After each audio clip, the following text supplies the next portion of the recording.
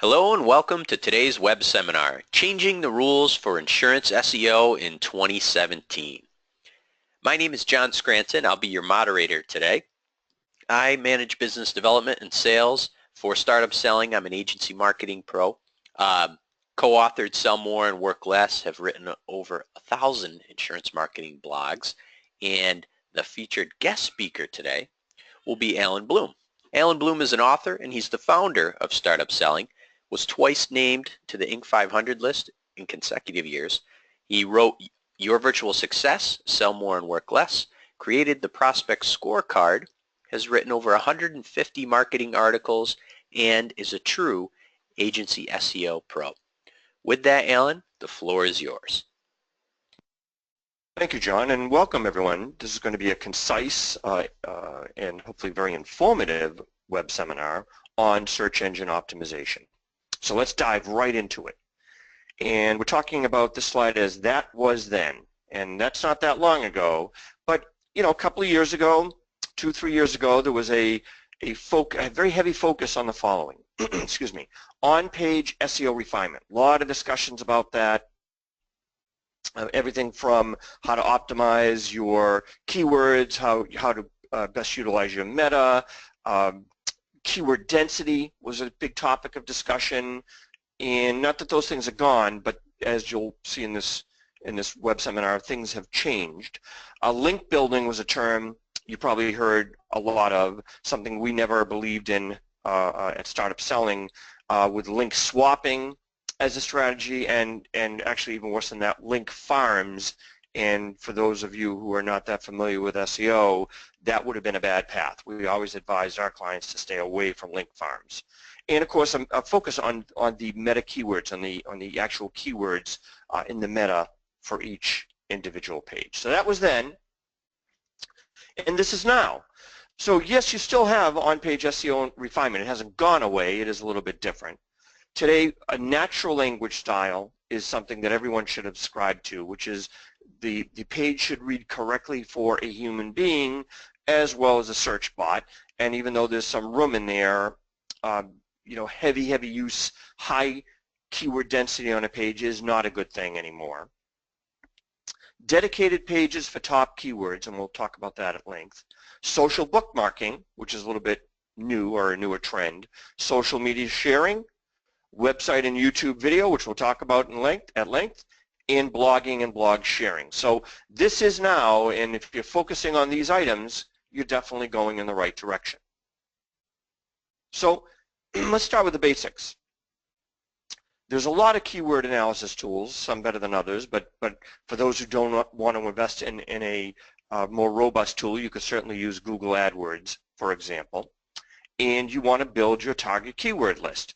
You do that with something like Google AdWords or something better, looking at competitive websites, doing searches on your own, common sense, talking to your producers, looking at the cities and states that you work in, and you come up with your keyword list.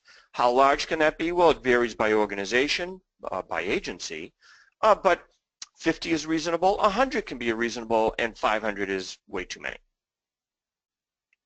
Now, you then, from the keyword list, you want to implement your on-page SEO strategy. And the standards haven't changed that much, using H1 page titles, you know, H1 header tags, using page titles that are appropriate for the keyword, H1, H2, H3 header tags. We typically advise including meta description. You don't have to, including meta keywords. You don't have to, but we advise it. Categorically, you have to be using appropriate meta descriptions. Alt image tags are still important, alt tags as they're called, and of course you want to optimize the content for that page. Now your home page cannot have all the keywords you covered for your home page. It might be simple. It might be, for example, Kentucky business insurance is a keyword that you focus on your home page, or Kentucky business and Kentucky business insurance and Kentucky personal insurance. So there's a limited amount of real estate. You can only accomplish so much on your major pages, your nav pages. That said, by creating additional pages, there's a lot that you can do. And some people think of them as landing pages, others think of them as navigable. They're navigable, but they are discrete landing pages. For example, staying with the Kentucky analogy, if you were focused on Louisville, you had offices in Louisville and Cincinnati, you could also localize to those two areas. You should be doing ranking analysis. We recommend a minimum of monthly, and you should be doing analytics. A lot of our clients use Google Analytics. There are many others available, but it does a great job, and it's a free package. And today you should be doing conversion tracking. I don't know if you know this, but in actuality you could have a form set up on your website that tracks all the referrals coming in from, you know, Google ad campaigns, Facebook campaigns, social media referral traffic sources, and of course keywords that you target. So let's dive into now a little bit of the content. Blogging does so much for a website, for extending your reach, for search engine optimization, for social media sharing, to highlight your expertise. And so that's a great place to start. If you're not doing a weekly blog, we strongly recommend you do at a minimum a weekly blog. Twice a week is even better. More often than that if you have the content, the writers, or if you outsource it. So you take your blog and you make it keyword specific for each blog that you're writing. 1 or 2 keywords. For example, and keywords means keyword phrases, 3 to 5 word phrases. So let's go to a different state. Let's say we're thinking about Ohio, and we're going to write an article on a blog on the new OSHA fines that are the increase in OSHA fines that are happening this year, and how there haven't been fines for 20 years, and the impact on Ohio businesses or Ohio business insurance. And you want to get those keywords in sufficient amount, reasonable amount. Again, the density can't be too high, 3%, 5%, 7%, but it should be written in a natural way. So you've created this blog on Ohio OSHA compliance, and you're targeting perhaps different industries which you could mention in the blog: manufacturing, distribution, biotech, etc. And you can also make it geographically specific within that blog. And then, of course, you're going to be sharing that in the same way using hashtags, which we'll talk about, relating to those keywords and your specific areas. Now, once that blog is done, you take the blog, and that blog might be 200 words, and if you can double it to 400 words, you could put it into a high-quality article directory like eZine, for example. Or if it's not 400 words, you can still put it into LinkedIn as an e-published article. We strongly recommend the latter because LinkedIn, especially for somebody who has a lot of followers, you can put it on individual pages and on your company page on LinkedIn, your company profile. Very powerful, focused on the keywords, using the hashtags. A lot of people don't realize LinkedIn does use hashtags, especially for their publishing. And it's another way of impacting your SEO. Now, if you also do a video or video vignette or whiteboard video on a topic, perhaps OSHA compliance is really important to you, you could do a short video. It could be a micro webinar, it could be a voiceover PowerPoint, it could be a whiteboard video, it could be a just a headshot with the camera talking. You want it professional, you want it branded, of course, but you take the video and now you publish that video on your website. You could publish it as a vlog, a video blog, and of course you want to upload it to YouTube. Important note, when we talk about SEO, we frequently then follow with Google because they have such a dominant market share. YouTube is owned by Google. So not only do the highest ranked pages invariably have video on them, the vast majority of the well-ranked SEO pages will have a video on it. YouTube, of course, is something that's going to get indexed very quickly by Google, and it's just a great way to take this content and share it even more and to help your rankings further. Now, We talk about pages with a purpose. What does that mean? A page shouldn't be like a throw in a random page. We have a page on resources, insurance resources. Much better if you could break your pages up into one or two keyword specific pages. And the more specific you get, the better it's going to be for the SEO.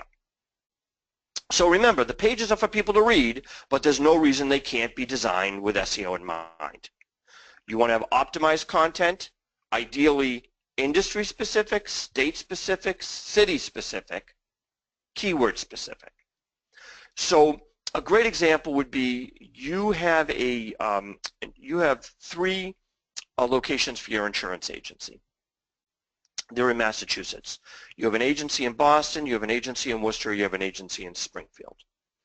You have your standard navigable content, but then below that, because you have one website for all three, shared, but below that, in an area that's not published, you create 5 or 10 pages for each specific city. Worcester Business Insurance, Worcester Personal Insurance, Worcester Risk Management, Worcester Benefits, Worcester Compliance, Worcester ACCA Compliance, and so on. And you have 10 or 15 or 20 pages that will be indexed by Google. You may not necessarily want to publish all those pages, but it helps people looking for Worcester or Boston Insurance navigate to your page. So that would be city specific, and that would be product specific. However, you can even do it for industry specific. Worcester Insurance for Manufacturers, Worcester Business Insurance for Manufacturers, Worcester PPACA Compliance Insurance, and so on. So when you're thinking about this, it may sound overwhelming, but in actuality you can have all these different pages helping your SEO that are very specific and relevant to the people that you're trying to sell to, and that is the goals. Now, every page it can either navigate to within these internal pages, or it can just navigate back to the main website. That all involves your calls to action. Every page should have a call to action. At the bottom of every blog should have a call to action. It doesn't have to be overt. It certainly shouldn't be covert, but you should say, for more information, click here, and it might go to your contact page, or for more information, click here, and it goes to a deeper page on your main website, like a resource page. So think about this when you're talking, when you're thinking in terms of how can I make my pages, how can I make my website relevant not only to my prospective clients and clients, but also to the search bots that are going to index your site. Now, social media. The importance of 5 years ago, not as important. Today, crucially important. So you should have profiles, professionally branded profiles for your company and perhaps for key individuals and producers on LinkedIn, Facebook, Twitter, YouTube, and Google+. And YouTube's a little bit different, so I'll make that a caveat. But on LinkedIn, Facebook, Twitter, and Google+, you should have professionally branded company profiles, and you should have one or more individuals in your organization who's developing a following who's posting to those. Now, LinkedIn, Facebook, and Twitter are probably obvious. They're some of the most heavily used websites, especially in business in certain ways. But Google Plus is owned by Google. Don't ignore it. Things that get posted on Google Plus get indexed very quickly. I could argue there's bias involved in there. Hard to say, but regardless, it's a great place to have your content. So a good example is I'm putting up a new page. Get that page on Google, get that page on all of these social media platforms as quickly as possible. Or I have a new blog. It should go to LinkedIn, Facebook, Twitter, Google+, and others, by the way, Tumblr, Reddit, and so on. Don't underestimate the importance of social media and social bookmarking for your SEO in 2017. If you're not doing this and you care about your SEO, you should be doing this.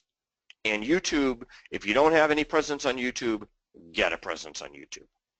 Have the video on your website, also have it on YouTube, or stream it through YouTube to your website. There's lots you can do with that. So let's talk now about social bookmarking. There's a line there, there's a gray area, is social sharing, social bookmarking. Well, yes, they're sort of the same, but think of it, when it comes to social bookmarking, thinking about it, I'm going to have a key page, a key blog, a key piece of content. I'm going to tag it, I'm going to bookmark it so that people will see it, and of course the search bots will too. So share the links to all the pages, include the keywords, include them in hashtags, create your own hashtag. An example, Worcester Business Insurance could be your hashtag if it's not already used by somebody heavily. You want to check that before you do it. But create a hashtag. For us, it's insurance web marketing, hashtag insurance web marketing. Twitter, very easy to build followers on Twitter. I shouldn't say easy, extremely doable to build followers on Twitter. It's a progression. For example, I have 3,000 followers today, and you just spend a little time on it each day. A great thing to help. You may not sell insurance, but it will certainly help your SEO. Google Plus, we mentioned. Reddit and Tumblr, StumbleUpon and Pinterest are often forgotten, but it's very easy to do these, especially if you're using a platform like Social Report or Buffer. And the attitude is more is better. Get your content out there. Get your links out there. Get your pages out there. Consistency and pervasiveness. That's what you want for great SEO. Consistency and pervasiveness. If you type in insurance web marketing, you're going to come up to StartUpSelling. You'll probably have several hits in the top 10 on StartUpSelling. Consistency and pervasiveness. Now, Google is your friend. It's kind of strange, they're also your foe. Google doesn't want you to have awesome organic SEO because then you're less likely to pay for their PPC, for their ads. So there's this give and take. But Google does want to provide people with relevant content. So what you want to do is you want to make sure all your page URLs are submitted to Google. If they're not showing up, go to this blog, excuse me, at the end of this page, and it talks about the top 10 Google's tools for insurance agency marketing, and one of those tools is URL submission. So make sure any pages that are not indexed, you submit. I think you can do up to 50 a month. Analytics, have an analytics package. Run your analytics package. Google Analytics is a standard. You can have more than one, by the way. It doesn't have to be just Google Analytics. Perhaps you're on a platform, HubSpot. You could use HubSpot and still have Google Analytics. But run it. How am I ranking? How am I competing? And have a combination of keyword phrases. Don't have just all the hard to win, top of the line, highly searched phrases. Also have some long tails, which might be searched under 10 or up to 20 times a month that are less competitive. Think about it. If you had 20 of those and you were Google page 1, number 1 for those 20, that could result in hundreds of searches a month coming to your website. Make sure you add conversion tracking for either campaign specifics or initiative specifics. And have your site run through the mobile-friendly test. More and more sites are mobile-friendly, but it might pick up something bad in your site. You have a Flash component, you have something broken on the site. It's fast, it's easy to do. Again, it's in one of those top 10 tools. Or you can just search for it, Google Mobile-Friendly Test. Every time you add a new page, tweet it, Google Plus it, social bookmark it, get it out there as fast as possible, and you will see the results. You will see the indexing happening quickly if you do it that way.